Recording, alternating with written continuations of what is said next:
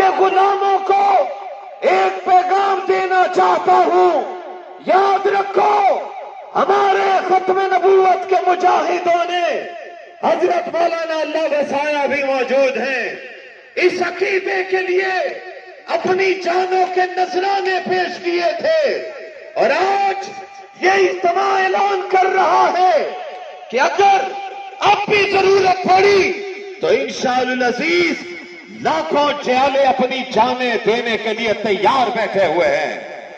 آواز آنی چاہیے انشاءاللہ، مجاہدوں کی طرح کہو انشاءاللہ، مل کر کہو انشاءاللہ۔ 6 ستمبر کو سن 65 میں انڈیا نے جب حملہ کیا تھا تو میرے نوجوانوں اس وقت نعرہ لگا تھا، وہ نعرہ ایک ہی تھا جو پاکستان بناتے وقت لگایا گیا تھا۔ پاکستان بناتے وقت ایک نعرہ لگا تھا، ذرا مل کر میرے ساتھ وہ نعرہ لگائیے، سیکولر لابی کو جواب دیجئے، امریکہ کے غلاموں کو جواب دیجئے، پاکستان کا مطلب کیا؟ ابھی آواز نہیں آئی، پاکستان کا مطلب کیا؟ یہ آپ کی آواز کبھی پشاور سے باہر نہیں گئی، میں یہ آواز اسلام آباد میں بیٹھے ہوئے امریکہ کے غلاموں کو پہنچانا چاہتا ہوں۔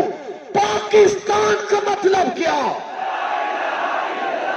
یہ نعرہ لگا تو میرے میڈیا کے دوستوں، پاکستان بنا تھا اور سن 65 میں یہی نعرہ لگا تھا تو پاکستان بچا تھا۔